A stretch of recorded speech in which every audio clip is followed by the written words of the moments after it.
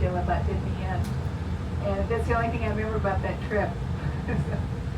Okay, so right here on the corner is our town square, Bronwick Paddock Town Square. You won't find any wild hogs there today, but you will find a lot of wild people. Every day between 5 and 9, we have free entertainment every single night of the year. We have great places to eat around all of our town squares. Fun places to shop, like the Rusty Froze is a locally owned store. And then we have nationally known stores like Tommy Bahamas. Now inside our town square, besides the nightly entertainment, we have festivals. I think it's April 19th. The next one coming up will be the Blueberry Festival here.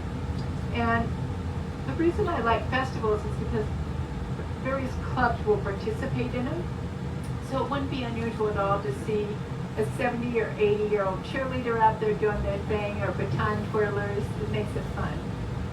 Now on Thursday nights here at Brownwood, we have vendors night. So various vendors will come and sell their goods around the town square at the same time the band is playing. On Saturdays here at Brownwood, we have the farmers market from 9 to 2. However, I tell everyone, if you really want to come and see everything, come between 9 and 1. Because recently, when I've been coming, I see people packing up around 1 o'clock. So if you want to see everything, we come before 1. Now we have 2 other town squares besides this one. About 20 minutes north of here, for $3, you can take a boat tour and they give you a history of Lake Sumner. They also have restaurants over the water, which are kind of fun.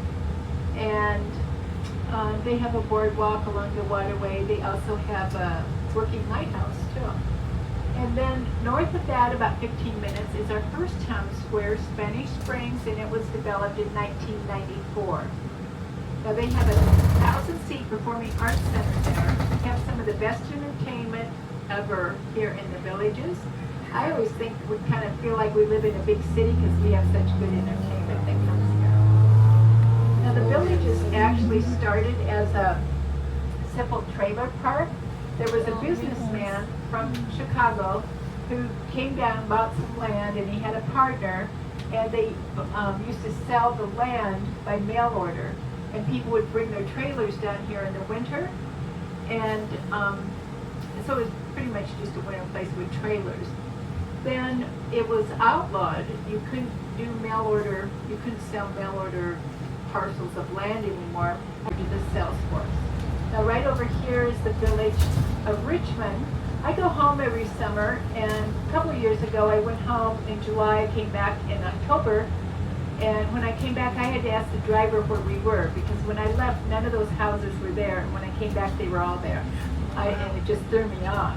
Now this year I went home in July, came back in October, and all of this was starting. Now I had an idea that this was going to start because there was a big pile of dirt there. And I have been saying anytime you see a pile of dirt, it means that something great is coming to the villages. So I kind of had an idea that this was going to be, something was going to be done here. So we live in what's called a master plan community. And what that means is that everything is in writing way ahead of time. So even though this looks kind of haphazard, none of us really know what's going in there, but the people, the family knows, and the people that are working there know. So, but in a master plan, it means that everything is built in an order, and it all fits into the with the master plan. Now, the first, they just built the infrastructure there. Now they're putting in the streets. The next thing that'll go in would be the golf cart trails, then the bridges and tunnels for the golf cars, and then they'll build the recreation centers, and last they'll build your neighborhood.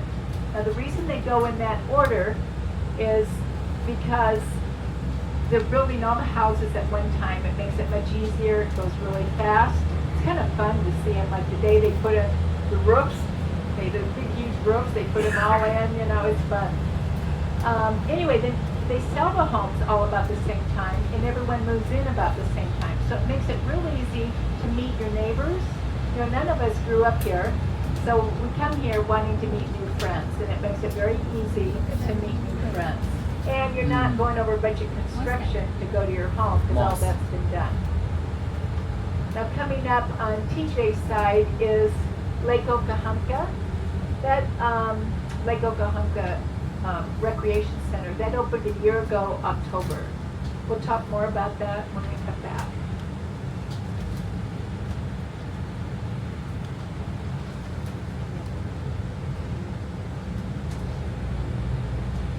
Now we have between 70,000 and 80,000 golf cars here. We do call them cars, not carts. We think the reason why is because for some people, it's their main transportation. They do look like cars. They've got headlights, they've got blinkers, we call them cars.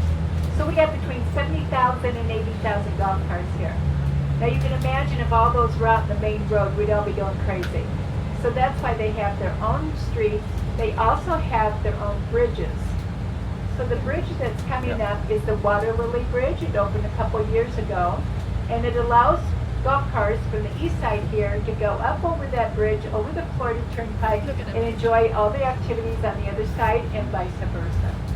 Now the day that opened, the line to go over it was about 2 blocks long. Everyone wanted to be the first one over the Water Lily Bridge. They actually gave out little stickers that you put on your golf cart that say, I was the first one over the Water Lily Bridge. So it's kind of fun at night when you're in the town squares to see who has that sticker on their car. Now right over here on my side is the Florida Turnpike. It actually starts here in Wild